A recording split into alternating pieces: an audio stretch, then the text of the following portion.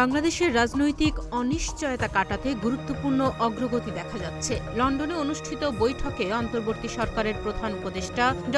মোহাম্মদ ইউনূস ও বিএনপির ভারপ্রাপ্ত চেয়ারম্যান তারেক রহমান আগামী বছরের ফেব্রুয়ারির প্রথমার্ধে নির্বাচন আয়োজনের ব্যাপারে একমত হয়েছেন। বৈঠকের পর যৌথ ঘোষণা এলো, যদিও আলোচনার পূর্ণ বিবরণ প্রকাশিত হয়নি। এই সমঝোতা অবশ্য কিছুটা শর্ত সাপেক্ষ। রমজানের আগে নির্বাচন আয়োজনের কথা হলেও ড.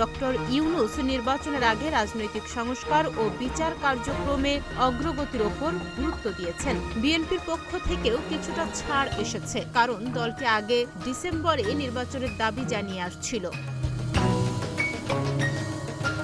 অন্তর্বর্তী সরকার ও বিএনপির মধ্যে এ সমঝোতা রাজনৈতিক মাঠে একটি মোড় ঘুরিয়ে দিয়েছে। বিশ্লেষকরা বলছেন, এই চুক্তির ফলে অন্তর্বর্তী সরকার পরিচালনায় কিছুটা স্বস্তি পাবে এবং নির্বাচনের পথ প্রশস্ত হতে পারে। তবে সবকিছু এখনই মসৃণ নয়।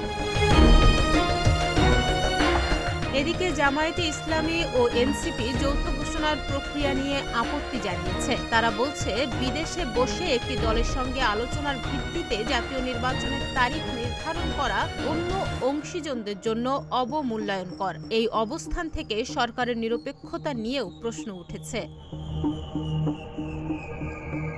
এনসিপি ও জামায়াতের আপত্তি সত্ত্বেও বিএনপি ও সরকারের অনেক নেতাই মনে করছেন নির্বাচনের রূপরেখা স্পষ্ট হয়েছে এবং জনগণের মধ্যে একটা আস্থা তৈরি হবে। তবে বিশ্লেষকরা বলছেন, সব দলের অংশগ্রহণ ও আস্থা ছাড়া রাজনৈতিক স্থিতিশীলতা অর্জন করা কঠিন।